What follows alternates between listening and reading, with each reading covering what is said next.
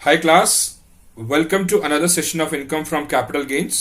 आज हम लोग करने जा रहे हैं साहब, जो एओ है, he is referring the valuations to a valuation officer.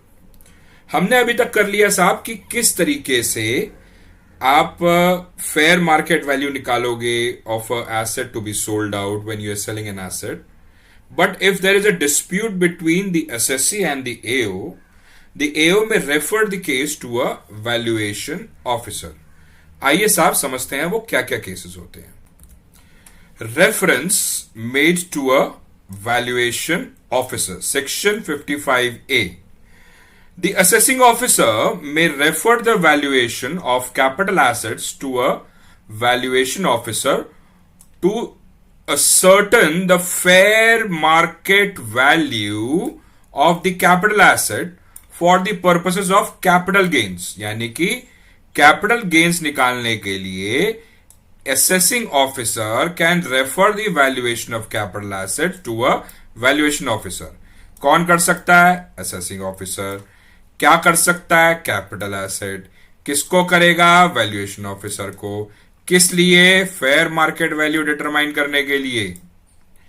किस किस केस में? These are the following circumstances where the value of the asset claimed by the SSC is in accordance with the estimate made by a registered valuer। यानी कि जो assessee ने registered valuer निकाला था, registered valuer का जब वो लेता है, but the assessing officer is of the view that the value so claimed is at the variance of the fair market value। यानी कि registered valuer ने वैल्यू निकाली 1 करोड़ रुपया, मगर एओ को लगता है कि नहीं, इसकी जो वैल्यू है वो 2 करोड़ रुपया है, तो वो वैल्यूएशन ऑफिसर को ये रेफर कर देगा file. Where the value of asset is claimed by the SSC in accordance with the estimate made by a registered valuer, but the AO is of the view that the value so claimed is in variance with the fair market value. Next, where the fair market value of the asset on 1/4/2001, क्योंकि वहां से नया वाला cost of inflation index लगने लग गया, is taken as the cost of the asset. मतलब जब हम लोग को सीआईए लगाना था, इसलिए and the AO is of the view that there is any variation between the value as on 1st April 2001 claimed by the SSC in accordance with the estimate by a registered valuer and the fair market value. यानी कि इस तारीख को जो registered valuer ने हमारे को जो वैल्यूएशन निकाल के दी थी, अगर असेसिंग ऑफिसर को लगता है नहीं जी इससे कम या ज्यादा होनी चाहिए, तो वो वैल्यूएशन ऑफिसर को भेज देगा। Assessing officer is of the opinion that the fair market value of the asset exceeds the value of the asset as claimed by the SSC is more than 15% of the value of asset claimed, or by more than 25,000 of the value of asset claimed by the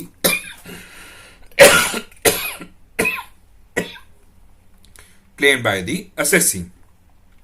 यानी कि assessing officer is of the opinion कि जो fair market value है वो asset exceeds the value of claim. यानी कि आपने 1 करोड़ रुपया बोला कि फेयर मार्केट वैल्यू है, उसको लगता है नहीं जी 4 करोड़ रुपया है, या 1 करोड़ 40 लाख है, तो 1 crore 40 lakh is greater than 15% या 25,000 of the value of asset claim by the SSC, तो वो वैल्यूएशन ऑफिसर को रेफर कर देगा।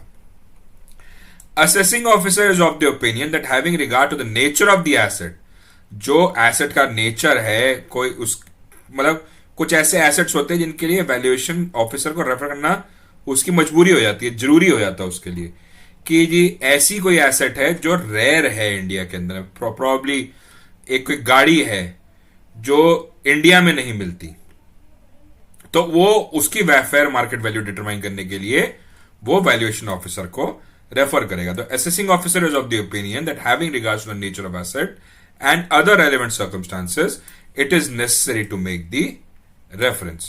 तो ये 4 जो पॉइंट्स हैं इन केसेस के अंदर में भले ही आपने रजिस्टर्ड वैल्यूअर से वैल्यूएशन कराई हो, तब भी असेसिंग ऑफिसर आपका केस वैल्यूएशन ऑफिसर को रेफर कर सकता है।